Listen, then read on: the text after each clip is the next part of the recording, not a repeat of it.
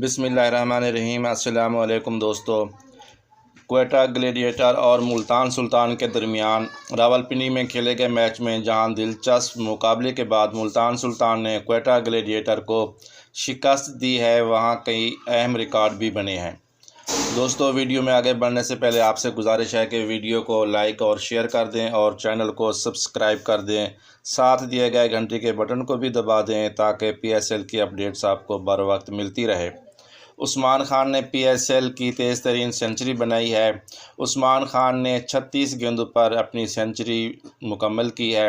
اس سے پہلے P S L کی تیز ترین سنچری کا ریکارڈ ایک دن قبل ملتان سلطان کے ہی ریلی روسو نے 41 گیندوں پر بنایا تھا، جبکہ دوسرا ریکارڈ کیس احمد کی جانب سے پی ایس ایل کے مہنگے ترین بولر ہونے کا منفی ریکارڈ بھی شامل ہے۔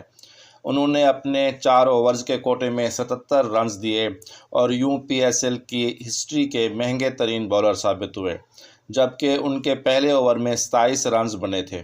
دونوں ٹیموں کے درمیان ایک اور ریکارڈ بھی بنا جس نے شائقین کرکٹ کو بہت لطف اندوز کیا۔ اس میچ میں T20 کرکٹ کی تاریخ میں سب سے زیادہ رنز سکور ہوئے۔ پہلے بیٹنگ کرتے ہوئے ملتان سلطان نے 262 رنز بنائے، جبکہ کوئٹہ گلیڈیٹر نے ہدف کے تعاقب میں 253 رنز بنائے۔ اس طرح ٹوٹل 515 رنز سکور ہوئے۔ اس میچ میں دونوں ٹیموں نے باؤنڈریز کا بھی نیا ریکارڈ بنایا ہے۔ مجموعی طور پر 78 چوکوں اور چھکوں کی برسات ہوئی ہے، جس میں 33 چھکے اور 45 چوکے شامل ہیں۔ میچ میں مجموعی طور پر 378 رنز باؤنڈریز کی مدد سے بنے ہیں۔ یہ کسی ایک میچ میں سب سے زیادہ باؤنڈریز سے بننے والے رنز ہیں۔